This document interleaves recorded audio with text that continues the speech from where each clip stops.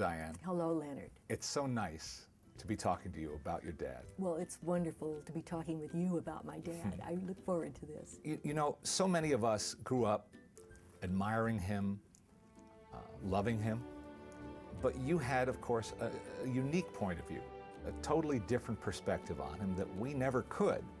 And that's what I want to talk to you about most. Do you remember at what age you started to have some awareness that he was not just your dad, but sort of a public figure? It was probably sometime in elementary school. I might have been about 8 or 9. I don't think it was younger than that. But when I was aware, there's one little girl in my class that every time he dropped me off for school, she'd say, "I saw your daddy!"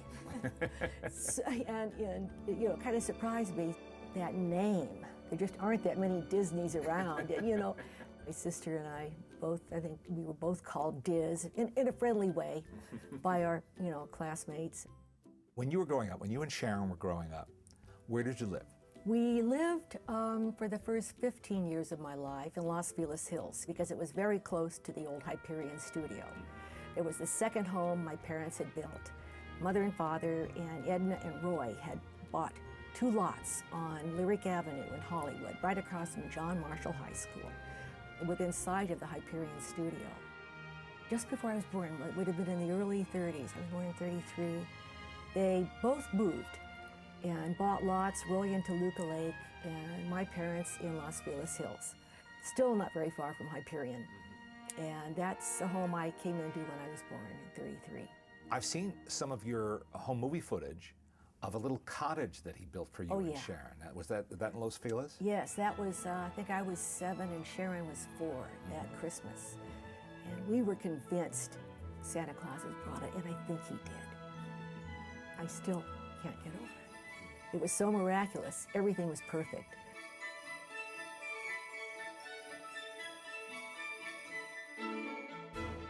Also in the early days, I remember you telling me once that some of the artists and animators would come over on the weekend to swim and to spend time. We have some wonderful family footage of that.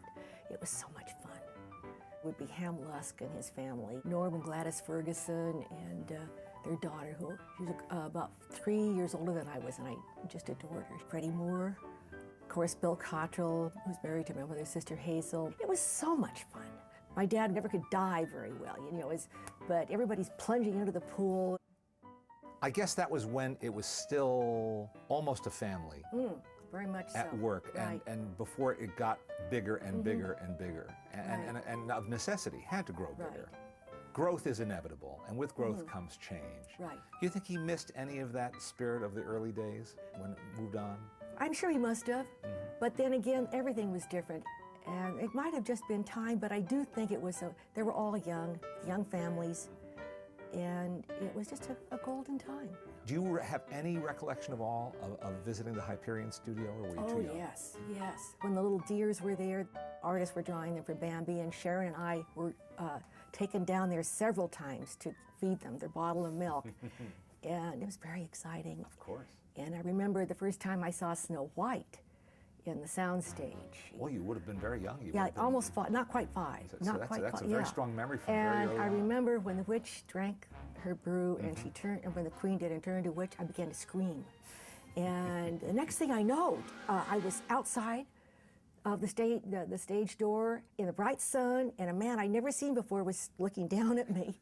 I was all alone out there with this strange man in the bright sun, and they just got rid of me, you know. Did you ever get to just wander around?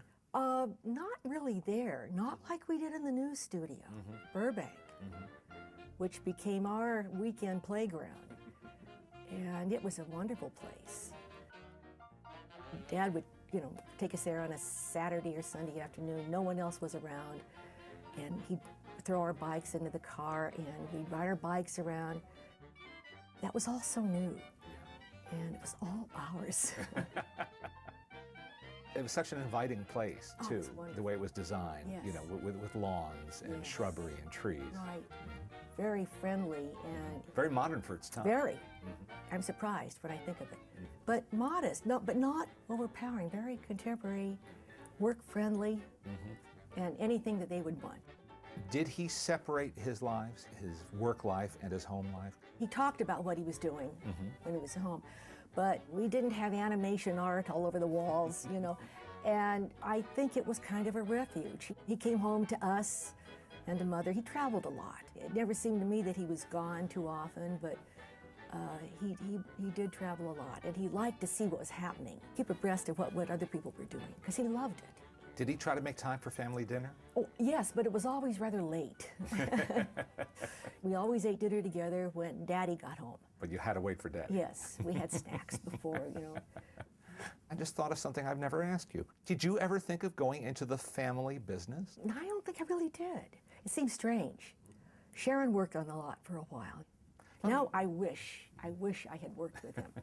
And when Ron worked with him and I hear everybody talk about story conferences with Dad and all that, I thought, oh boy, that would have been fun. Tell me about meeting Ron and about how he came into not just the family, but the family business. Well, I met him at USC.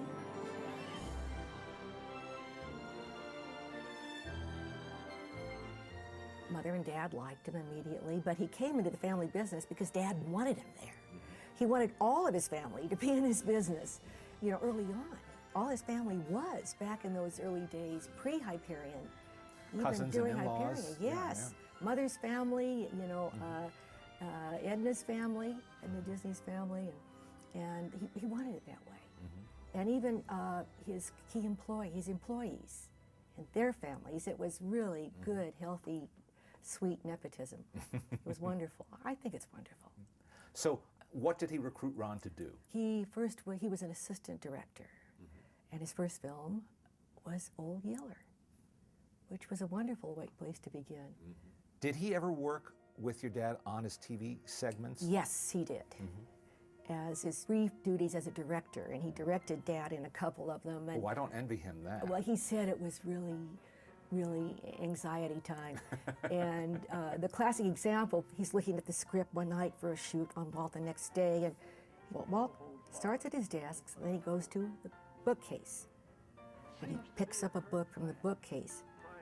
I'm going to save Walt and the camera a move, and I'm going to start him at the bookcase. So Dad comes in the next day all well groomed and ready, and he looks at the placement of the camera, and he said, "What's going on? I'm supposed to be at the desk." Ron said, "Walt, I thought I'd start you at the bookcase. Look, there's a reason why I wanted to start at the desk. What do you think I do with a writer every night?" You know? And Ron came home and Spade. Hello, I'm Walt Disney. But he was very intense about his lead-ins. He didn't particularly want to do them in the first place, he says, although he was kind of a ham.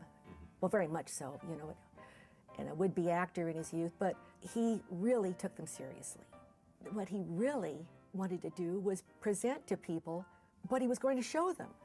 And I think he did it in such a wonderful way because he was so eager, he was so in love, believed so much in what he was going to present. Some of the most interesting moments in his introductions on the show was when he would have animals with him in that office set, including a tiger. Yes. It was wonderful.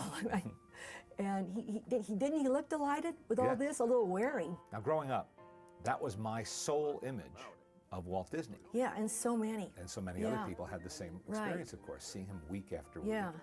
And I can't picture him, in fact, except in a suit and tie. Right. You know, looking his very best. Well groomed. And the other shock, I was very young, you know, you have to understand. The other shock was the first time I saw him in a candid photograph, much later on, with what I now learn was an ever-present cigarette. Yes. Because you never saw that on the TV show. No, I know. But it was constant, wasn't it? It was constant. And unlike Edward R. Murrow, where you couldn't miss it, you know, that curl of smoke, sadly, is the way you think of him.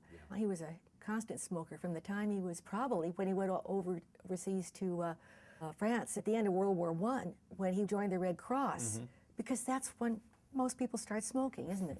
This wouldn't have been a shock to you. You grew up with him. Yeah. We just got to know him on that TV show. Right. What did you think of him on the show? I thought he was Dad. He was not a different person. He was very much himself. That's very reassuring. That's and nice I tell to people hear. this. I say, well, what was your father like? I said, just the guy you saw on TV. That was him. You know, I met Frank Sinatra Jr., who told me that he lived right near you when he was growing up, and that he used to see your father while he was waiting for the school bus. Yes. He'd always wave hello or say hi, but on the morning after broadcast, he'd ask Frank Jr. if he'd seen the show and wanted to know what he thought of it. I encountered Frank Jr. not too long ago, and it was really sweet. When I introduced myself, I said, we used to live across the street from the, oh, Diane. You know, I'd wait out there for your father to come out, and I thought it was really cute. That's wonderful. Yeah. That's wonderful. Diane, did you ever get to watch him shoot any of his introductions to the show? No, I didn't. I would hear about it from Ron, as I said, who did direct a few of them, or I was on the set for some others, I think. But they were generally shot in the morning, because that's when Dad was the freshest and the best, and it would start his day. I don't think they liked too many people on the set. I would have felt out of place, I think. The other great thing for a young person watching that show was that we all learned the history of the Disney studio, and the history of animation for that matter. And I wonder, did you have a sense of that growing up? Did you know what he had done when you came of age? I mean, did he show you his older films? Did you get to watch them at all? Oh, no, I've never seen an Oswald film. Dad was not one for that. He was always interested in what he was doing and what he was going to do next. Did he ever screen anything at home? Oh, yes. When he started doing live action film in, I think, So Dear to My Heart and Song of the South, in our home in Los Feliz Hills, we had a little den, and that became the projection room. We saw dailies with all the live action stuff. That's why he wanted it, but he ran all the great classics. Did you have opinions when he was showing you dailies? Yes, and that was wrong. And after a while, because he told me either to stay out and not come in for the dailies, or he wasn't going to run them at home anymore. I was 12, 13, Bobby Driscoll, you know, working up tears and stuff. I said, Dad, that's so corny. And that word corny, I guess he heard it a lot of times, and it made him very, not apologetic and not defensive, but he said, I like corn, you know. And the people liked it too. Yeah. Yeah. But So I was kind of banished from dailies. Too bad. Well, I deserved it, you know. In our family, we were just talking about this, that Dad had a confidence that if he liked it, a lot of people would like it. And he was right. I think that was very true. Did you ever visit the lot when they were shooting their first big, ambitious live-action film? That would have been 20,000 Leagues Under the Sea? Yes. Ron had just started working at the studio. So this had to be in early '54. It was very exciting. That's when they had the whole sound stage, had a big tank in it. Because that was a whole new chapter Whole in the new studio chapter. story, wasn't And a new life, a new personality for the studio. Reason to have a big sound stage. You know, it just became grown-up Hollywood. With a bona fide movie star. Yes. Did you meet Kirk Douglas? Yes, we did. But that was all at that same time, wasn't it? When Yeah. Disneyland was being built, Yes, and that film was absolutely. being made, and Pretty ambitious Yeah. time for your dad. yeah. I wondered, were you ever at Disneyland with him in that period when people would swarm around? to see Definitely Walt at Disney? Disneyland, everybody knew who he was. And how would he react if people came over? He liked it. It was a validation of what he did, that what he did was popular and liked. You remember the first time he mentioned the idea of Disneyland to you? Not exactly the first time, but he'd been talking about it for a long time. He was always going to do it. Yes, see, that was sort of typical, wasn't it, of everything he did. It had a long period of nurturing and gestation. It always was a little bit different in the end. But he managed to realize most of those dreams. Yes. Were you at the opening day of Disneyland? No, I was not. How surprising. Well, it is, but neither my mother nor my sister were there too, because our father had asked us not to come. He said to my mother, I don't want any of you women coming out there tomorrow. I've got enough to worry about. It's going to be a mess. I don't want to have to worry about you too. I went back to Fort Ord and heard about it and heard what a dismal thing it was and all the bad prognostications about what a failure it was going to be. He's looking for a microphone. He looks all confused. He's standing over there in front of the Mr. Toad's Wild Ride. Our feelings weren't hurt at all. I mean, this was a big day, and It was a mess.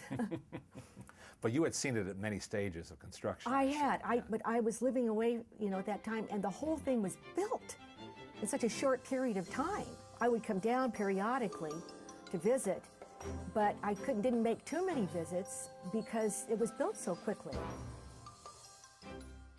I was just watching footage of a big special that was aired on television to sort of rededicate the park in Anaheim in 1959. Were you there that day? I must have been, yes. Richard Nixon's daughters? That's it. I remember cut the ribbon. Nixon family, and the girls were so sweet, and Pat Nixon was such a warm, wonderful person. You children, now you know how to cut a ribbon, don't you? Huh? I'll never forget that. I admired them greatly. But somebody forgot to check out the scissors. The ribbon cutting, the scissors didn't work, and Meredith They did. Wilson was there that day and conducting that was a the 76 band. trombone band, wasn't it? Yes. That was glorious. I wish I could have been there to see Oh, that. it was wonderful. Dad also named him one of the original trustees of CalArts. And I met him during the brief time that I was on the board right after Dad's death. Talk about Americana. Yeah. Yes. And Art Linkletter, who Art Link, your father always yes. turned to at Yes. moments like this and never let him down. Right. This kind of reminds me of something we did 4 years ago. Yes, sir. Now listen, pal, friend, neighbor, I'm counting on you. We'll do our best. I'll run and pick up the grandchildren. All right, See you later. What a wonderful guy, and what a funny man. And it was so wonderful to see him out at the 50th anniversary. The 100th anniversary, it's going to be a whole different scene. Yeah, but I won't have to be there. Was that always his playground, you think? It was the culmination of something wonderful and something he could really get his hands on. As he said, your film's finished, you put it in a can and that's it. And you can't, there's something you'd like to change, and it's too late. But with the park, it's something you can change. It's something that can grow. But then the people who really love it won't let them change any of the old attractions, I don't think he ever thought that would happen. Well, he was always one jump ahead of everybody, though. He was always looking Yeah. to the future. Right. Some of us get stuck in the present or the past, but Right. he never did he? He did love nostalgia, and he did bring things from way back and reuse them again. But he was always looking to the next project and very interested in the future and progress. And he would love the new technology. He would just love it. People sometimes ask me, what would Walt Disney think about computer animation, three-dimensional Oh, I think animation? he'd be fascinated by it. I do too. Yeah. I think he would have been leading the bandwagon, not joining the band. But typically, I don't think he would have abandoned the old-fashioned kind. No. The hand-drawn. He would find a way, a place for both. I think he really was, in the truest sense of the word, a visionary. Oh, I think so. And I used to think he was kind of silly, But he knew, because he said to me several times, his memory was going to be an important one. He didn't say, I want you to make a film about me, I want you to do a family museum about me. But it's kind of for those reasons that we've gone into those two projects. Let's talk just a little, to bring this full circle, about the museum. Right. Tell us what it's going to be called. It's the Walt Disney Family Museum. We are going to restore one entire brick barracks buildings in the San Francisco Presidio, and part of another one, and we will have a walk-through story of his life. We're building an archive. We've had a lot of cooperation from Disney Archives and the company, and we want it to be a place that's accessible.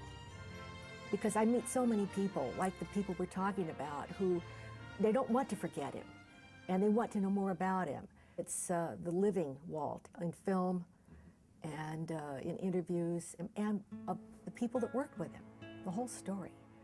It's going to take a while to do it right, but we will. Well, I can hardly wait. I know a lot of people feel the same way.